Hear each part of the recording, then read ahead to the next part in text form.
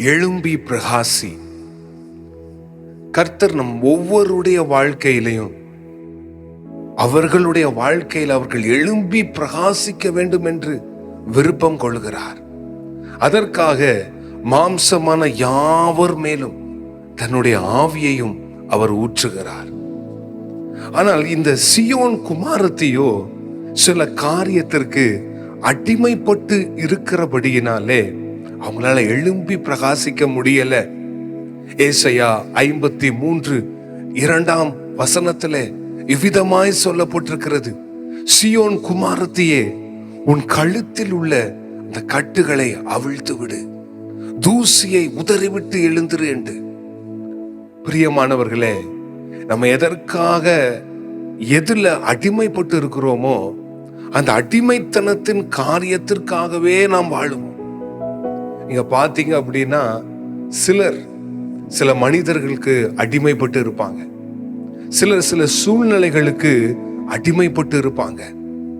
அவங்களுடைய வாழ்க்கை எல்லாம் பார்த்தீங்கன்னா அந்த அடிமைத்தனத்திலிருந்து சில நன்மைகள் இருக்கும், அதற்காக வேண்டியே வாழ்ந்துட்டு இருப்பாங்க. அதுல இருந்து வெளியே வந்தானா ஒரு பெரிய ஒரு விடுதலை. ஆனா அவங்களுக்கும் தெரியும், ஆனா அதுல இருந்து வெளியே வர அவங்களுக்கு விருப்பம் இருக்காது. அவங்க அதிலேயே வாழணும் அப்படின்னு நினைக்கிறாங்க. வேதாகமத்துல இயேசு கிறிஸ்து இப்படிதான் ஒரு ஐஸ்வர்யமுள்ள வாலிபனை பார்த்து, அந்த ஐஸ்வர்யமுள்ள வாலிபன் இயேசு கிறிஸ்து கிட்ட வருகிறான். அவன் சொல்லுகிறான், ஆண்டவரே, நான் இந்த கற்பனையை கை கொள்ளுகிறேன், என் தாய் தகப்பனை கனம் பண்ணுகிறேன், எல்லாம் செய்யறேன், இன்னும் ஏதாவது இருக்குதா? நான் நித்திய ஜீவனை எப்படியாவது சுதந்திரித்துக் கொள்ள வேண்டும் என்று கேட்கிறான். இயேசு கிறிஸ்து அவன் இடத்துல அன்பு கூர்ந்து அவர் பார்க்கும்போது அவருடைய பார்வையை பாருங்க, எல்லாம் செய்யறான், ஆனா இந்த ஐஸ்வர்யத்தின் மயக்கத்திற்கு இவன் அடிமைப்பட்டு இருக்கிறான். இந்த அடிமைத்தனம் இருக்கிற வரைக்கும் அவனால தேவ நன்மையை சுதந்திரித்துக் கொள்ள முடியாது, அவனால பிரகாசிக்க முடியாது. ஆகையினால் அவன் இடத்துல அன்பு கூர்ந்து சொல்லுகிறார், உனக்குள்ளது எல்லாத்தையும் விட்டுட்டு பின்பு என்ன பின்பற்றி வா என்று. அப்பொழுது அந்த ஐஸ்வர்யமுள்ள வாலிபன் நினைச்சு பார்க்கிறான். நான் சொன்னேன்ல, அடிமைத்தனத்துல இருந்தானா அதுக்கு உண்டான நன்மைகள் தான் யோசிப்போம். அந்த ஐஸ்வர்யமுள்ள வாலிபனும் யோசிக்கிறான், ஐயோ எனக்கு இந்த வீடு இருக்குது, இந்த சொத்து இருக்குது, இப்படி நிறைய காரியங்கள் இருக்குது, நிறைய கமிட்மெண்ட்ஸ் இருக்குது, இது எல்லாத்தையும் விட்டுட்டு நான் எப்படி வருவேன்? எல்லாத்தையும் விட்டுட்டு நான் வரணுமே அப்படின்னு சொல்லி அவன் துக்கப்படுகிறான். கடைசியில் அவன் ஒரு முடிவு எடுக்கிறாங்க. என்னது அப்படின்னா, நான் இந்த அடிமைத்தனத்தின் வாழ்க்கையிலேயே இருந்து வாழுகிறேன். ஆமென். அவன் அப்படியே துக்கத்தோடு போனான்னு வேதத்துல இருக்குது. அவன் போன பிறகும் நான் சொல்றேன், கண்டிப்பா அவன் வசனத்தின்படி தான் வாழ்ந்திருப்பான். ஆனா இந்த அடிமைத்தனத்துல இருந்து அவன் வெளியே வர அவனால முடியல. அதனால அவனால பிரகாசிக்க முடியல. எவரையும் பிரகாசிக்க அவரால் கூடும். ஆனா இந்த இஸ்ரவேல் ஜனங்க பாருங்க, ஒரு அடிமைத்தனத்தின் கட்டில் இருக்கும் போது தேவனை நோக்கி ஆமென் பெருமூச்சு விட்டார்களாம். அவருடைய சத்தத்தை தேவன் கேட்டாராம். இன்றைக்கும் சில அடிமைத்தனம் நம்மளை சிறப்பிடித்து வைத்திருக்கும். நம்ம நினைச்சாலும் வெளியே வர முடியாம இருப்போம். ஆனா அன்பு உள்ளங்களுக்கு நான் சொல்லுகிறேன், நீங்க உண்மையா கர்த்தரை நோக்கி அவரை பார்த்து, ஆண்டவரே அடிமைத்தனத்திலிருந்து விடுவீங்கப்பான்னு சொல்லி ஜெபிச்சுக்கிட்டே இருங்க. கர்த்தர் நிச்சயம் விடுவிப்பார். அவர் நோக்கி பெருமூச்சு விட்டுக்கொண்டே இருங்க, நிச்சயம் உங்களை விடுதலை ஆக்குவார். எந்த வனாந்திர பாதையா இருந்தாலும் கர்த்தர் உங்களோடு கூட நடந்து வந்து உங்களை தப்புவித்து உங்களுக்கு வழிகாட்டுவார். இந்த பாடலை பாடுவோம். வனாந்திர பாதையில்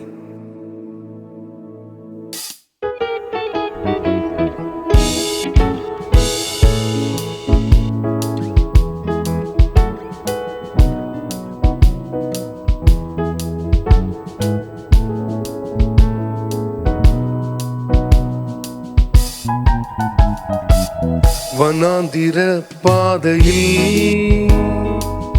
கானானின் சத்தம் கேக்குதே. வனாந்திர பாதையில் கானானின் சத்தம் கேக்குதே. என் நேசரவர் ராஜாதி ராஜா என்னை அழைத்து செல்கிறார். என் நேசரவர் ராஜாதி ராஜா எல்லாம் பார்த்து கொள்ளுவார். வனாந்திர பாதையில் கானானின் சத்தம் கேக்குதே. வனாந்திர பாதையில் கானானின் சத்தம் கேக்குதே.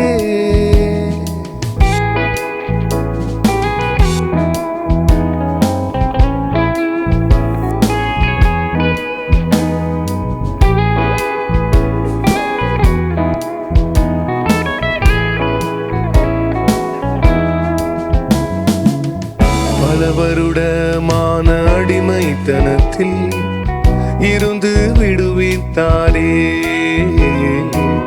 தாளாத என் மனதை தாழ்த்தி வைத்தாரே. வாசலை திறந்து விட்டாரே. பல வருடமான அடிமைத்தனத்தில் இருந்து விடுவித்தாரே. தாளாத என் மனதை தாழ்த்தி வைத்தாரே. வாசலை திறந்து விட்டாரே. தேவனே உந்தனின் பலத்த கரத்தினால் இதுவரை என்னை தப்புவித்தீரே. தேவனே உந்தனின் பலத்த கரத்தினால் இதுவரை என்னை கொண்டு வந்தீரே. வனாந்திர பாதையில் கானானின் சத்தம் கேக்குதே. வனாந்திர பாதையில் கானானின் சத்தம் கேக்குதே.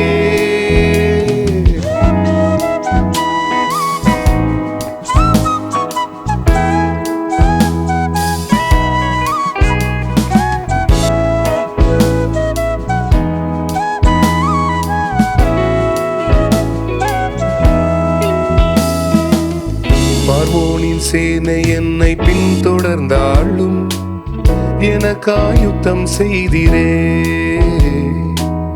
வழி அறியாமல் தவித்த போது செங்கடலை பிளந்து விட்டீரே. பார்வோனின் சேனை என்னை பின்தொடர்ந்தாலும் எனக்காயுத்தம் செய்திரே. வழி அறியாமல் தவித்த போது செங்கடலை பிளந்து விட்டீரே. தேவனே உந்தனின் பலத்த கரத்தினால் இதுவரை என்னை தப்புவித்தீரே. தேவனே உந்தனின் பலத்த கரத்தினால் இதுவரை என்னை கொண்டு வந்தீரே. வனாந்திர பாதையில் கானானின் சத்தம் கேக்குதே. வனாந்திர பாதையில் கானானின் சத்தம் கேக்குதே. என் நேசரவர் ராஜாதி ராஜா என்னை அழைத்து செல்கிறார்.